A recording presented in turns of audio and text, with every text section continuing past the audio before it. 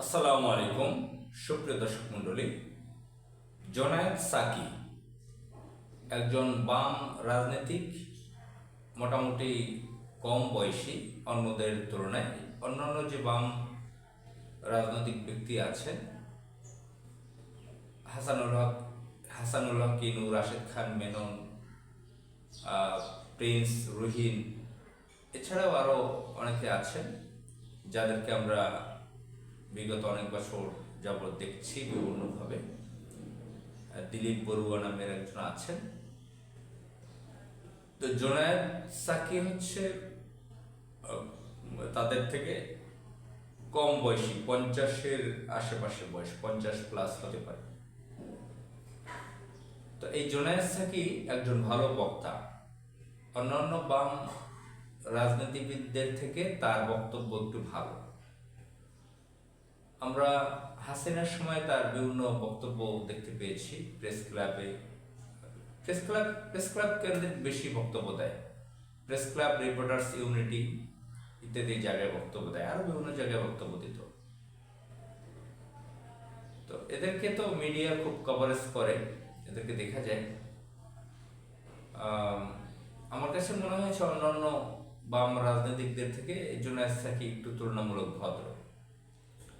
তবে বাম রাজনীতিকদের যে ক্যারেক্টার আছে, মূল ক্যারেক্টার তো ইসলাম বিদ্বেষী, ইসলামকে এনিমি হিসেবে তারা দেখে। তো তারা যে সেকুলারিজমের কথা বলে, সেকুলার তন্ত্রের কথা বলে, ধর্মনিরপেক্ষতাবাদ, আমরা ইউরোপ আমেরিকায় যে সেকুলারিজম দেখি, প্রচলিত সেকুলারিজম, তার সেখানে তো সেকুলারিজম এক ধরনের, আমাদের বাংলাদেশের সেকুলারিজম এক ধরনের আমাদের বামদের কাছে। এরা হচ্ছে বাংলাদেশে যারা বাম আছে অধিকাংশই হচ্ছে ইন্ডিয়ার এজেন্ট হিসেবে কাজ করে, না তারা চাইনিজ বা লেফটিস্ট বাম, না তারা রাশিয়ার লেফটিস্ট, রাশিয়ার বাম। তারা দুটোর কোনো আইডিওলজিকে তারা ধারণ করে বলে মনে হয় না। তারা হিন্দুত্ববাদী আইডিওলজি ধারণ করে এবং ইসলাম বিদ্বেষপূর্ণ অবস্থানে তারা থাকে, ইসলামকে এনিমি হিসেবে দেখে। তাদের নাম টাম থাকে অ্যারাবিক নাম, মুসলমান নাম, হয়তো মাঝে মাঝে তারা নামাজ পড়ে, বাবা নামাজি ছিল, মা নামাজি ছিল, মুসলমান ফ্যামিলিতে জন্মগ্রহণ করেছে, বা কেউ কেউ হজে পর্যন্ত গিয়েছে। যেরকম আমরা একটা দেখেছি যে তামাশা, রাশেদ খান মেনন এবং হাসানুল হক ইনুকে হজে পাঠিয়েছিল শেখ হাসিনা, কুখ্যাত কিলার শেখ হাসিনা। তো যাই হোক, সে আরেক আলোচনা। জোনায়েদ সাকি সম্প্রতি ইসলামিস্টদেরকে হুমকি দিয়েছে, ইসলামিস্টদেরকে।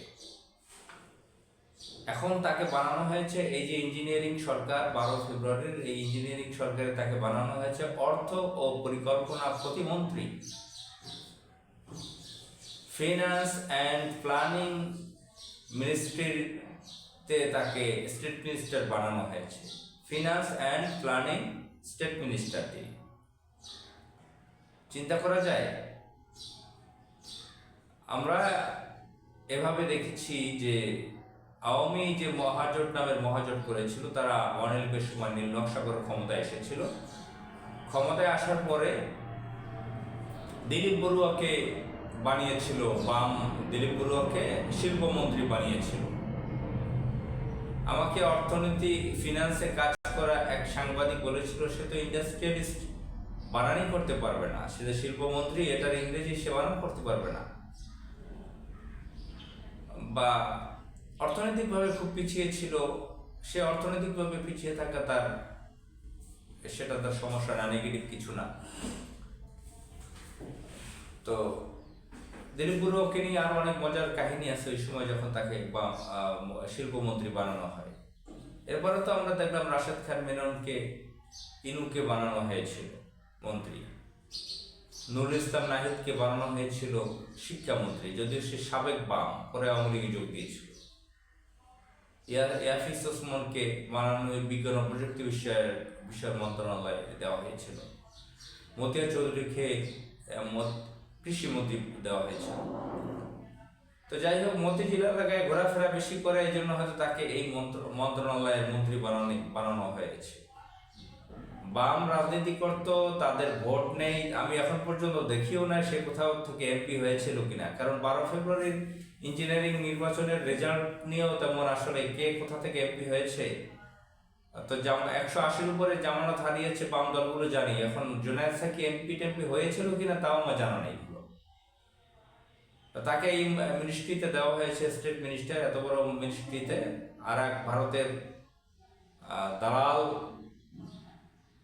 আমির খসরু মাহমুদ চৌধুরীকে এই মন্ত্রণালয়ের মন্ত্রী বানানো হয়েছে। জোনায়েদ সাকি কোনো একটা ইফতার মাহফিলে দাঁড়িয়ে সে হুমকি দিচ্ছিল ইসলামিস্টদেরকে, ফ্যাসিস্ট শব্দ বল। তো ইঙ্গিতটা জামাত ইসলামের নামটা উচ্চারণ না করে জামাত ইসলাম কি এই হুমকিটা দেওয়া হলো। এখন মনে পড়ে গেল সেই যে ঘটনা আওয়ামী লীগের সময় যে বাম কয়েকজন হাসানুল হক ইনু, রাশেদ খান মেনন কন্টিনিউয়াসলি জামাত ইসলামকে হুমকি দিত। এবং আমরা দেখেছি যে 5 আগস্টের আগে, 5 আগস্টের 1-2 দিন আগে জামাত ইসলামকে তারা নিষিদ্ধ করেছিল। ইসলামী ছাত্র শিবির জামাত ইসলামকে গেজেট করে এই বাম রাজনীতিকরা বুদ্ধি দিয়ে রাশেদ খান মেনন, হাসানুল হক ইনু বন্ধ করে নিষিদ্ধ করে জামাত ইসলাম আর ছাত্র শিবিরকে। এখন দেখি যে এই বিএনপি এই কতগুলো বামকে নিয়েছে।